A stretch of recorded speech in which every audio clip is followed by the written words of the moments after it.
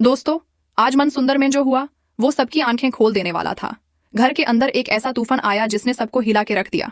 Property के वो papers जब सबके सामने खुले तो जैसे जमीन खिसक गई सबके पांव ताले। डैडी ने जो फैसला लिया वो कोई आम बात नहीं थी। सारी जायदाद, सारा घर, सारी प्रॉपर्टी, सब कुछ रूहन के नाम, एक छोटे से बच्चे के नाम। और ये सुन के सबसे ज्यादा तकलीफ किसे हुई? राजेश्वरी को। राजेश्वरी जो खुद को इस घर की मालिक समझती थी, जो हर चीज पर अपना हक जमाती थी, आज वो हाथ मलती रह गई। लेकिन दादी का यह फैसला सिर्फ इतना ही नहीं था। दादी जानती थी कि रूहन अभी बहुत छोटा है, अभी वो समझ नहीं सकता कि प्रॉपर्टी क्या होती है, जिम्मेदारी क्या होती है। तो दादी ने एक और बड़ा कदम उठाया। रूहान के 18 साल के होने तक सारी जायदाद और प्रॉपर्टी की पूरी देखभाल की जिम्मेदारी दे। अग्नि को, हान अग्नि को, वही अग्नि जिसे इस घर ने कभी अपनाया नहीं, वही अग्नि जिसे राजेश्वरी ने हमेशा बाहरी समझा। आज दादी ने अग्नि को वो ताकत दे दी जिसके ख्वाब राजेश्वरी ने हमेशा देखे थे। राजेश्वरी का चेहरा देखे लायक था। आंखों में आग थी, होंठ पर गुस्सा और अंदर ही अंदर एक तूफान। वो कुछ बोलना चाहती थी लेकिन दादी के सामने बोल नहीं पाई। लेकिन ये खामोशी ज्यादा खतरनाक होती है दोस्तों। राजेश्वरी चुप रहने वालों में से नहीं है।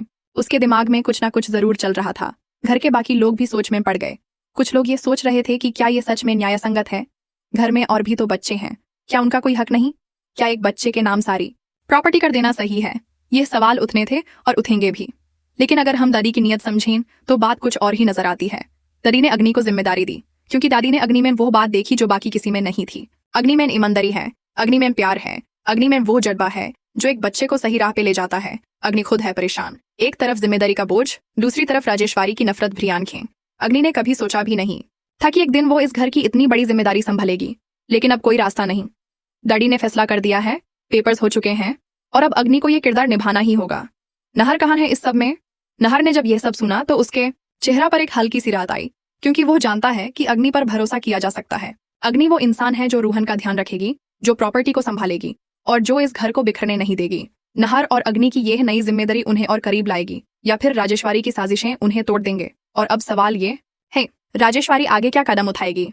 क्या वो इन पेपर्स को चैलेंज करेगी? क्या वो अग्नि के खिलाफ कोई नई चाल चलेगी? दादी ने जो किया राजेश्वरी ने उसे दिल से स्वीकार नहीं किया है। और यही इस कहानी का सबसे खतरनाक मोड़ है। आने वाले एपिसोड्स में देखते हैं कि अग्नि इस भारी जिम्मेदारी को कैसे उठाती है, राजेश्वरी अपना गुस्सा कहाँ निकालती है और रूहन की जिंदगी में आगे क्या मोड़ आता है। एक बात पक्की है, मन सुंदर में तूफान अभी शांत नहीं हुआ, बल्कि ये तो सिर्फ शुरुआत है।